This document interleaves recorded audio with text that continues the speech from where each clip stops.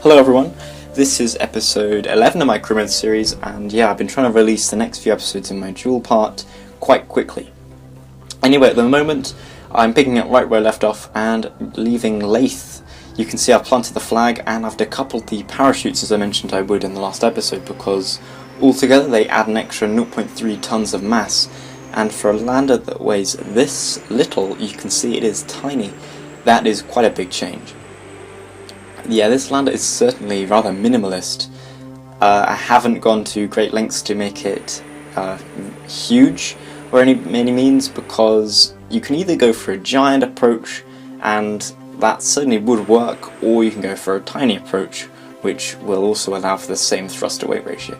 You can see it's worked. My apparatus has sort of got to the same altitude as the other thing. In fact, I've slightly overshot it.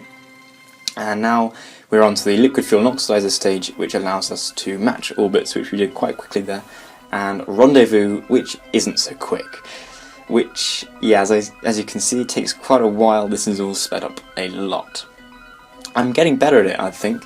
I did quite a bit in my last mission for the first time, and it's sort of beginning to come together. I'm beginning to see how it works, and I certainly appreciate the usefulness of it all.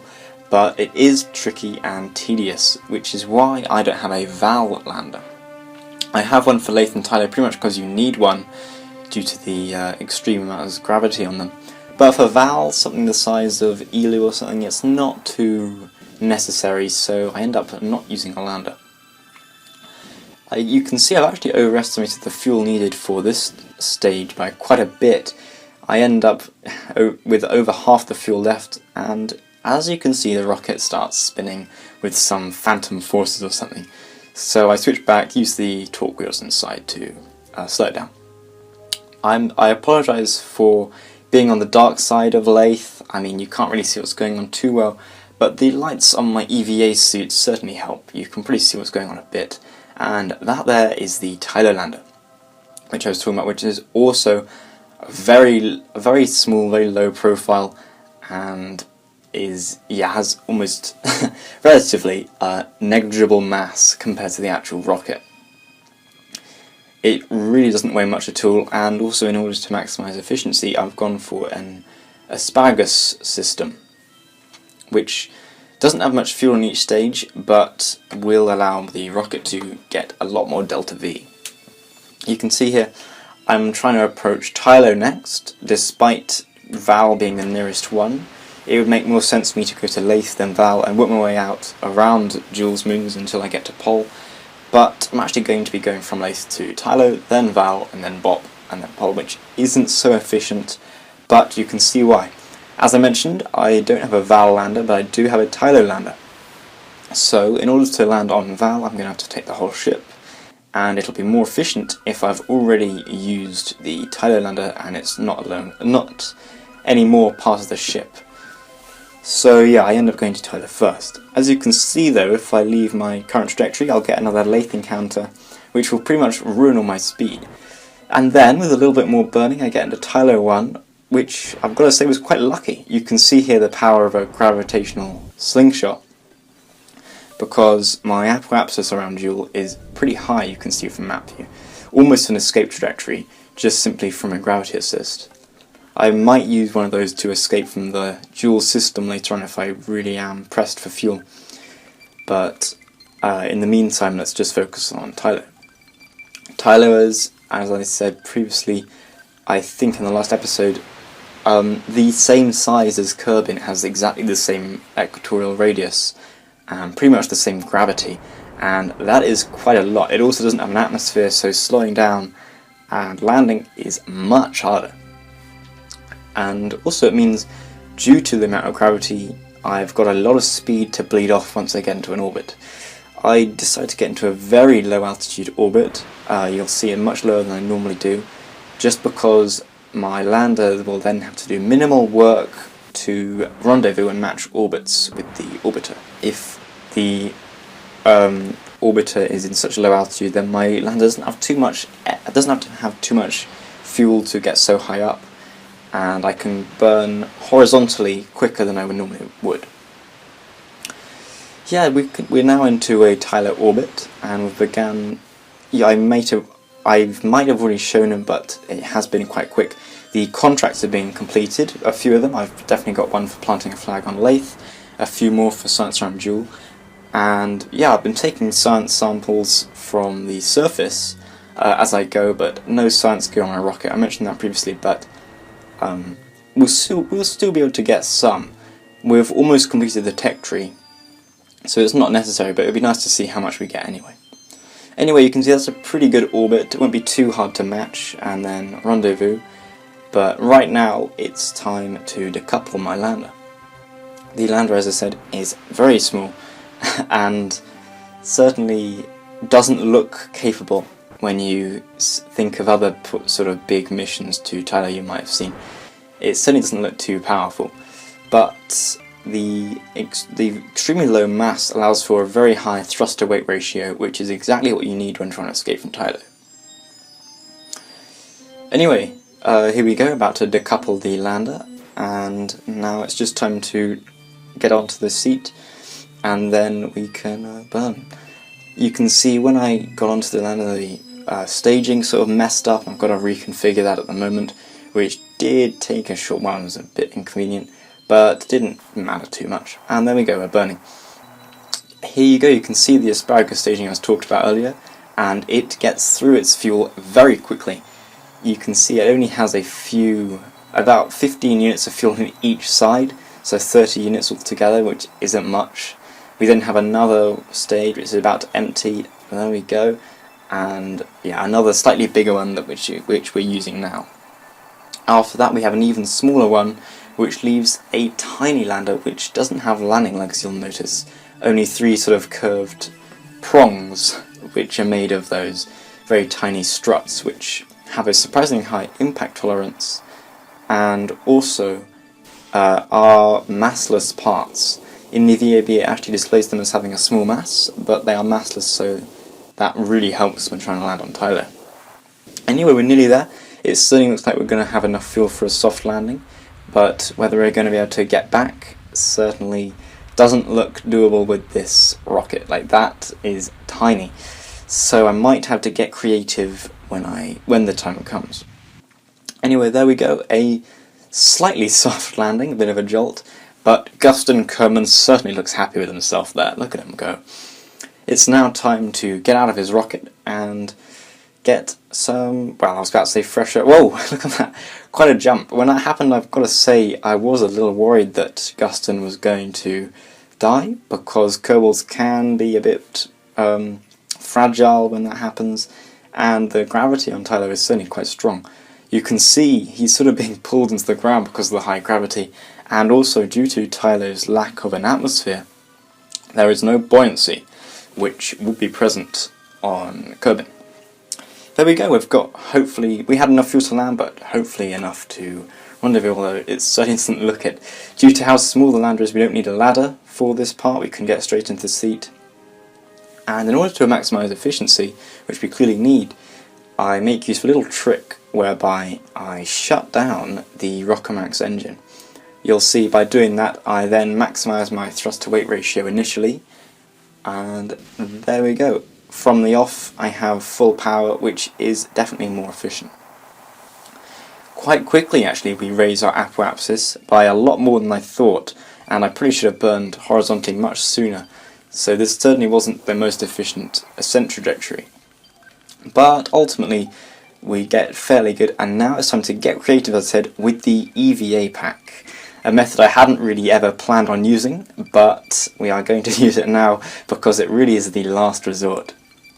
It does actually work quite well. You can see after only using about half the fuel we're already in orbit, and now we can switch back to the main craft to match orbits and rendezvous with Guston. Using the main craft is much more efficient because we have nuclear engines, and if we used Guston's EVA pack to rendezvous, then we risk running out of fuel altogether, which will mean that I won't be able to complete the mission if he drifts away in space without any way of getting back to the rocket. Yeah, also about Tylo not having an atmosphere, I did some more research, and it turns out Ganymede, which is obviously the analogue for Tylo, does actually have an atmosphere, and its atmosphere mostly comprises of oxygen, which is kind of interesting. It's a very thin atmosphere, obviously, but yeah, it's certainly quite interesting.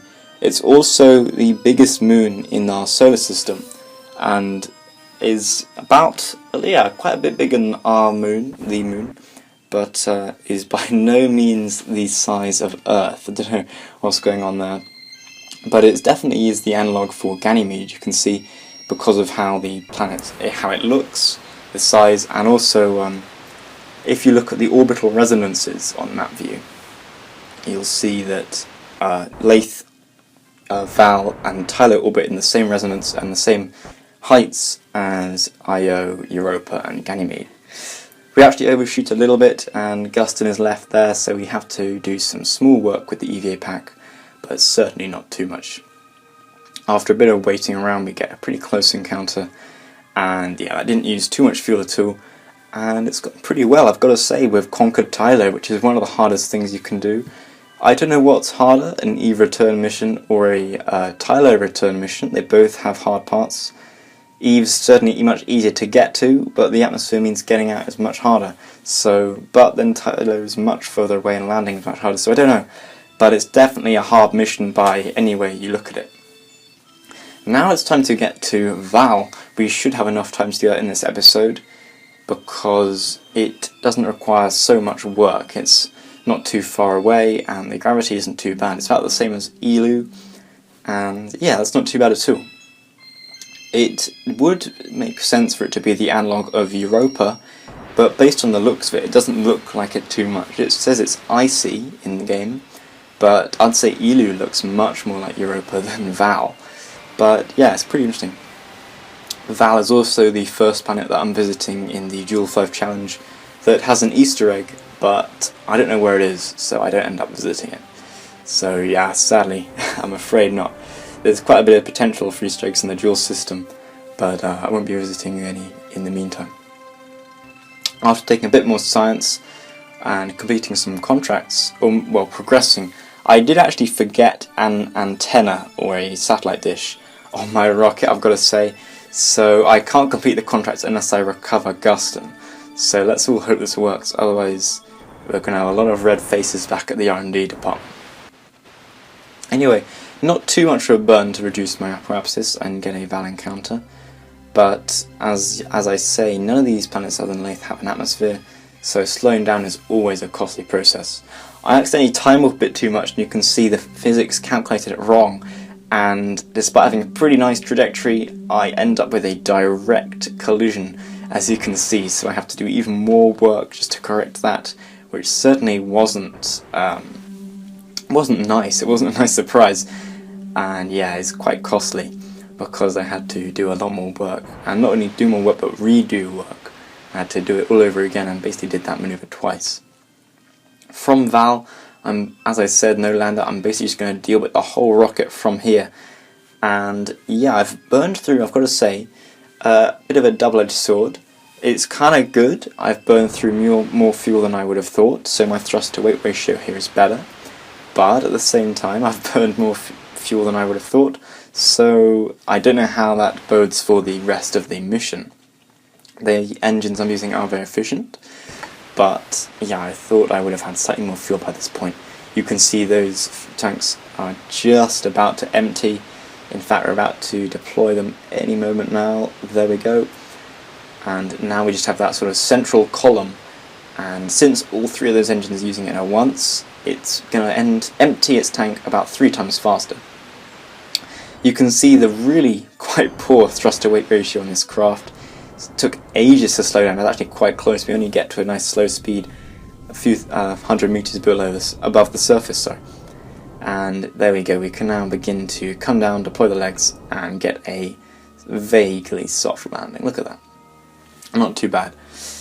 Yeah, that's not too bad at all, actually. And also, there's no need for a ladder on this craft here because Vall has a bit less gravity than Duna, and right the same as Elu, so we can just rely on the EVA pack.